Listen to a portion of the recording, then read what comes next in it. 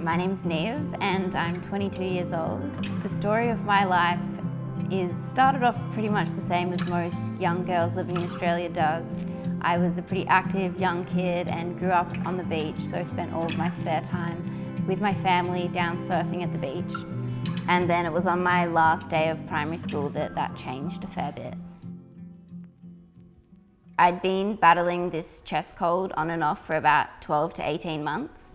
And the doctors told me that I was getting better. It was just a pretty nasty infection and it would take a while for my antibiotics to kick in and for me to actually start showing some signs of recovery.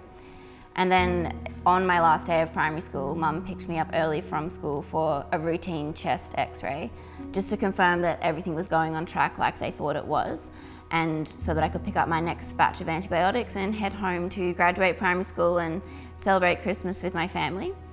And when I went in for that x-ray, it was pretty clear straight away, even to me as an 11-year-old, that the black mass in my chest wasn't meant to be there. The radiologist just sent us straight to the Sydney Children's Hospital, and I went straight into the operating theatre for a biopsy. During that biopsy, I actually stopped breathing and all of my organs started shutting down, and it was basically just a race against the clock to get everything going again. And I went into a coma as everything started shutting down.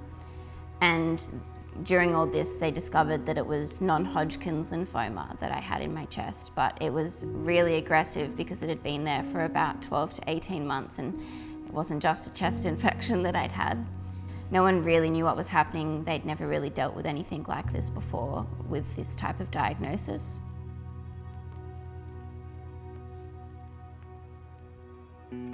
It was about almost 2 weeks later, on Christmas morning, that I opened my eyes and started breathing again and came back to kind of a bit of a confronting situation. I didn't know where I was. The Wiggles were in my room. There was Christmas decorations everywhere, and I thought it was just the next morning.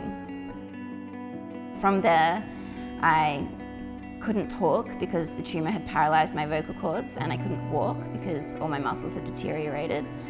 And I started 2 years of chemo treatment. I started rehab to learn how to walk and talk again. And I just went through all of the proceeds that go along with those sorts of things. I had fortnightly spinal operations. I spent a year living in hospital and just had daily chemo treatment. It was a really long process to get to that point. The treatment was, there's no word to describe it. It was horrible.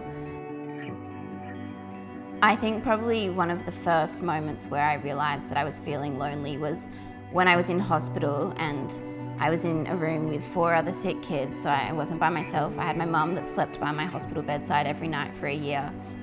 But I knew that I wasn't doing the things that normal 11, 12-year-olds were doing. I was watching all of my friends get ready to start high school, go off to their new schools. They were out on summer holidays doing all the things I wanted to be doing, and I was stuck inside, unable to even sit up or talk or do anything.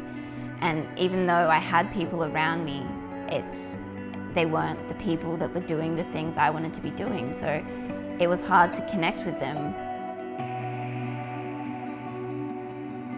If I had have seen somebody or spoken to somebody that had been through what I'd been through and they'd come out the other side and they were living a successful life, doing all the things I wanted to be doing, studying, going to the beach, traveling, going on to uni, if I had known that that was possible and that the situation I was in didn't have to be forever, then it probably would have made me feel a lot more okay with what was going on, because to me it was hard to see beyond the now and beyond the daily hospital life and know that bigger things were coming.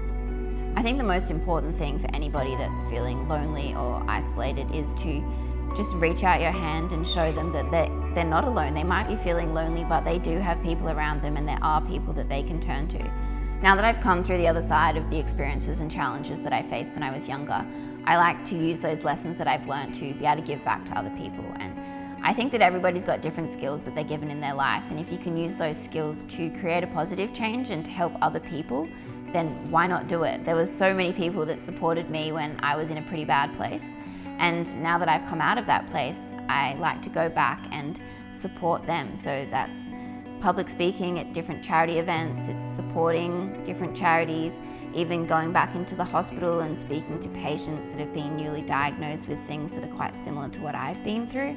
And I guess just showing people that even though where you are right now feels like it's forever and it feels unimaginable that you could ever get to anything different, there is a light at the end of the tunnel, and if you keep looking towards that light, you'll get there.